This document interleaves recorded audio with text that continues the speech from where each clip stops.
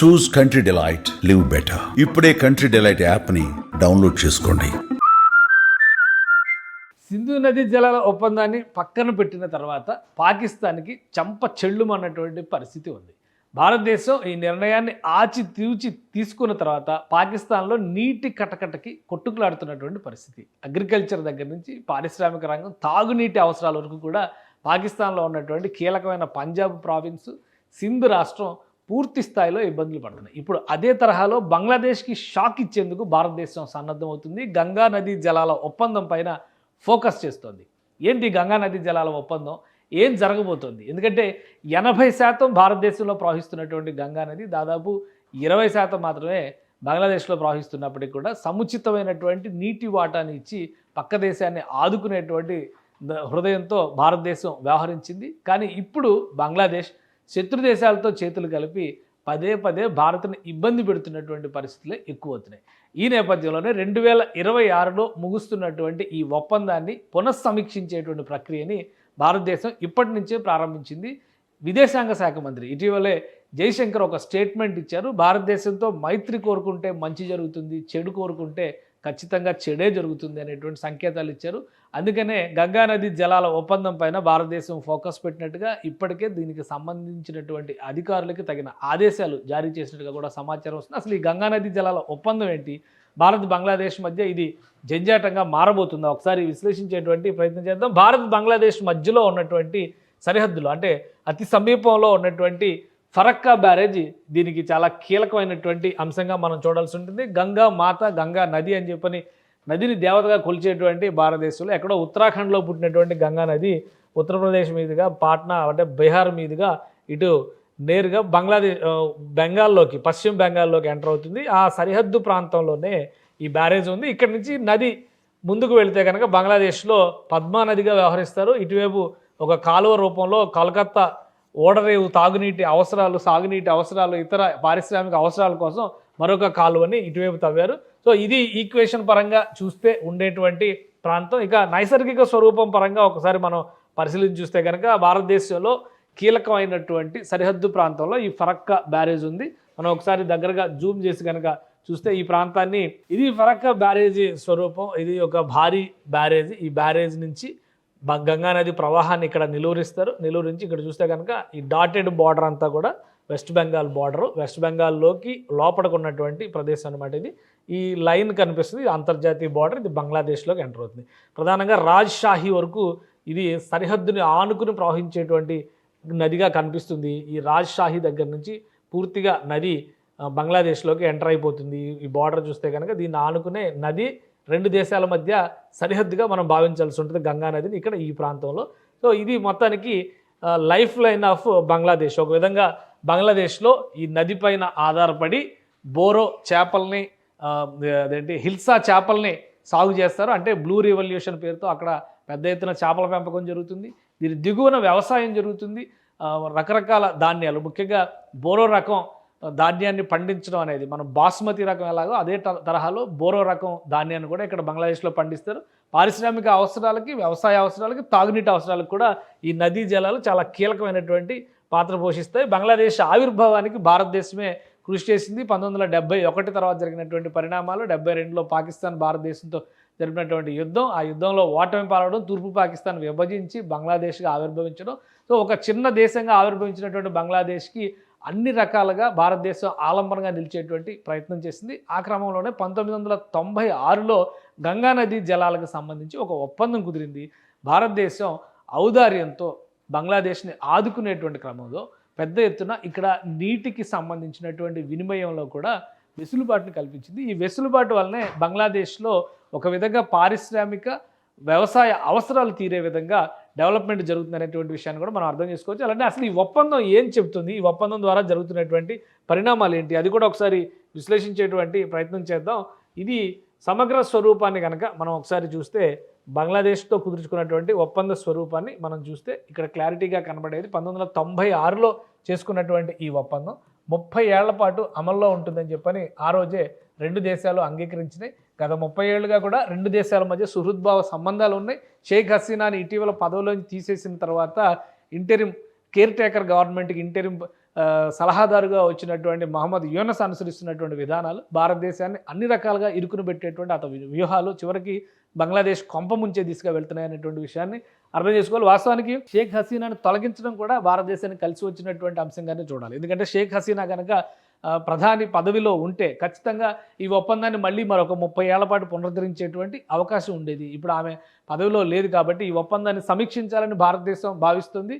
10 ఏళ్లకి కుదించేటువంటి అవకాశం ఉంది. అలానే టర్మ్స్ అండ్ కండిషన్స్ విషయంలో కూడా కొన్ని మార్పులు చేర్పులకి అవకాశాలు చాలా స్పష్టంగా కనిపిస్తుంది. ఇక దీనిలో చేసుకున్నటువంటి కీలకమైన అంశం అవైలబిలిటీ అట్ ఫరక్కా బ్యారేజ్ని ప్రాథమిక అంచనాగా తీసుకుంటూ అక్కడ ఉండేటువంటి నీటి నిల్వ ఆధారంగా 2 దేశాల మధ్య నీటి పంపకాలు జరిగేందుకు కావాల్సినటువంటి అడ్జస్ట్మెంట్ చేసుకున్న అంశమే ఈ గంగా నదీ జలాల ఒప్పందం. సో ఇందులో 70,000 క్యూసిక్ల నీరు లేదా 70,000 క్యూసిక్ల కంటే తక్కువ నీరు ఉంటే కనుక 2 దేశాలు చెరుసగం పంచుకునేలాగా అంగీకరించాయి. వాస్తవానికి ముందు భారతదేశ అవసరాలు ఎగువ దేశంగా ఉంటుంది కాబట్టి భారతదేశ అవసరాలు అలానే భారతదేశంలో 80% పైగా గంగానది ప్రవహిస్తుంది కాబట్టి భారతదేశానికి ఎక్కువ హక్కులు ఉండేటువంటి అవకాశం ఉంది. కానీ ఇది బంగ్లాదేశ్కి ఇబ్బంది అవుతుంది కాబట్టి సూరుద్భావంతో భారతదేశం 50-50 రేషియోలో పంచుకోవడానికి అంగీకరించింది. ఇంకో విషయం మీరు గమనించి చూస్తే కనుక గంగానది 80% భారతదేశంలో ప్రవహిస్తుంది. కానీ 20-25% మాత్రమే సింధు నది భారతదేశంలో ప్రవహిస్తుంది.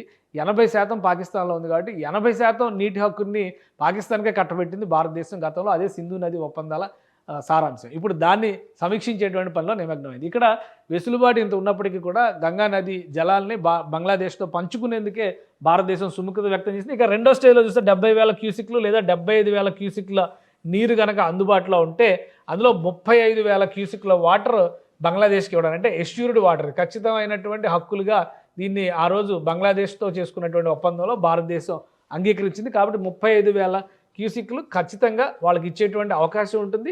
దీనివల్ల మిగిలినటువంటి బ్యాలెన్స్ అంటే దాదాపు 40,000 క్యూసిక్ల వరకు భారతదేశానికి వచ్చేటువంటి ఛాన్స్ ఉంటుంది. ఒకవేళ 75,000 క్యూసిక్ల వరకు కనుక ప్రవాహం ఉంటే ఫరక్కా బ్యారేజ్ దగ్గర, లేదంటే కనుక 75,000 కంటే ఎక్కువ క్యూసిక్లు కనుక ప్రవాహం ఉంటే మళ్ళీ ఇక్కడ ఒక అడ్జస్ట్మెంట్ ఉంది. ఎందుకంటే ఇక్కడ 40,000 క్యూసిక్లు వస్తుంది బ్యాలెన్స్ ఫ్లో అంటే 35,000 అటు పోతుంది కాబట్టి ఇక్కడ 75,000 కంటే ఎక్కువ క్యూసిక్లు ఉంటే మాత్రం భారతదేశానికి వచ్చేటువంటి ఎష్యూర్డ్ వాటర్ 40,000 క్యూసిక్లు మాత్రమే.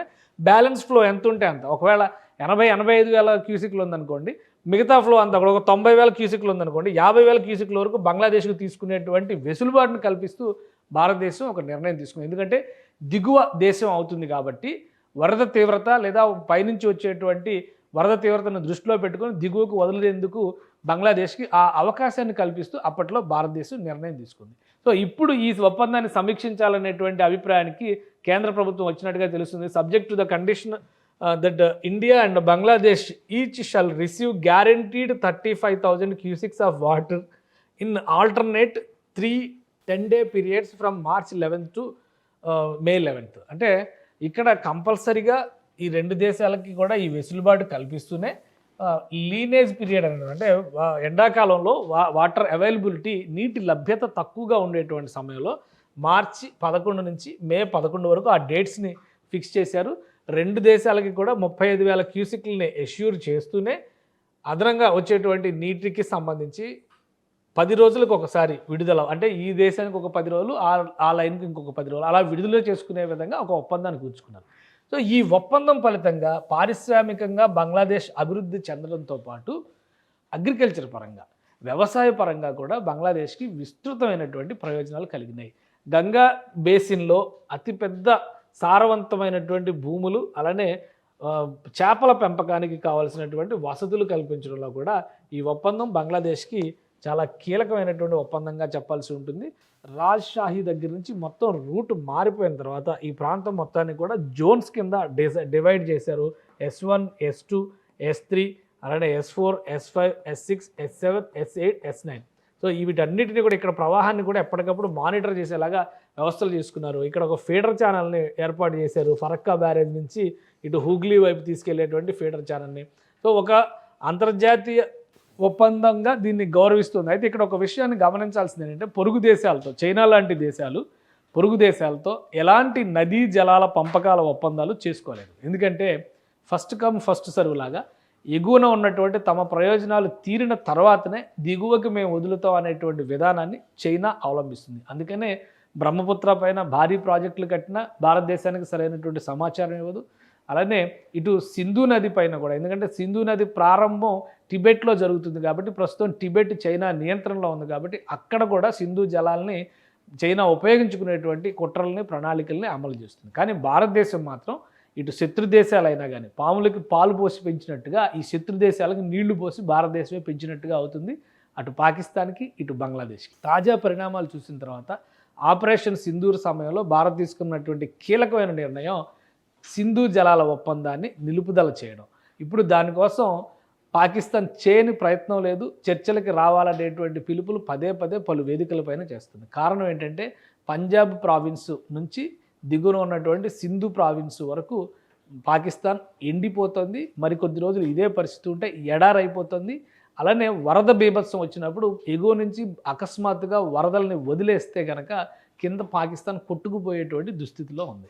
రేపు బంగ్లాదేశ్ పరిస్థితి కూడా ఇదే అవుతుంది. మరీ ముఖ్యంగా బంగ్లాదేశ్ ఈ తీర ప్రాంతం పైన ఆధారపడి చేపల పెంపకం దగ్గర నుంచి వ్యవసాయంతో సహా పారిశ్రామిక అవసరాలు తీర్చుకుంటూ పెద్ద ఎత్తున గంగా నది తీరంలోనే డెవలప్మెంట్ యాక్టివిటీస్, డెవలప్డ్ ఏరియాస్ కూడా బంగ్లాదేశ్కి ఉన్నాయి.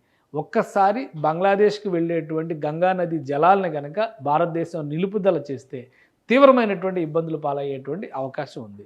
సో బంగ్లాదేశ్ ప్రస్తుతం వ్యవహరిస్తున్నటువంటి వ్యవహార శైలిని దృష్టిలో పెట్టుకుని కేంద్రం ఈ నిర్ణయాన్ని తీసుకోవాలనేటువంటి ఆలోచన, సమీక్ష చేసేటువంటి ప్రయత్నాలు చేస్తుంది. సుదీర్ఘంగా 30 ఏళ్ల పాటు ఒప్పందాలు కాకుండా పరిమితమైనటువంటి ఒప్పందాలు 10 ఏళ్లకు పరిమితం చేసేటువంటి ఒప్పందాలను తీసుకొచ్చేటువంటి ప్రయత్నాలను భారతదేశం చేస్తుంది. పైగా బంగ్లాదేశ్కి అనేక విధాలుగా శరణార్థి సమస్యను పరిష్కరించడంతో పాటు విద్యుత్ లాంటి అవసరాలను తీర్చేందుకు కూడా భారతదేశం తన యంత్రాంగాన్ని ఉపయోగించి సరిహద్దుల్లో ఎంతో సహకారం అందించినప్పటికీ కూడా శత్రు దేశాలతో చేరి కత్తులు దూస్తున్నటువంటి సమయంలో ఈ జలఖడ్గాన్ని బంగ్లాదేశ్ పైన కూడా విధిలించాలని భారతదేశం నిర్ణయించినటువంటి సంకేతాలు చాలా స్పష్టంగా కనిపిస్తున్నాయి. 2026లో గంగానది జలాల ఒప్పందం ముగుస్తుంది కాబట్టి ఈ ఏడాదే దీన్ని సమీక్షించి కొత్త టర్మ్స్ అండ్ కండిషన్స్ని తెరపైకి తీసుకొచ్చేటువంటి ప్రయత్నాల్ని భారతదేశం ఇప్పటికే ప్రారంభించింది. ఇక ఇది బంగ్లాదేశ్ మనసులో గుబులు రేపుతున్నటువంటి సందర్భంగా చూడొచ్చు. సుమన్ టీవీలో మీ పర్సనల్ అండ్ బిజినెస్ ప్రమోషన్స్ కోసం కింది నెంబర్కి కాంటాక్ట్ చేయండి.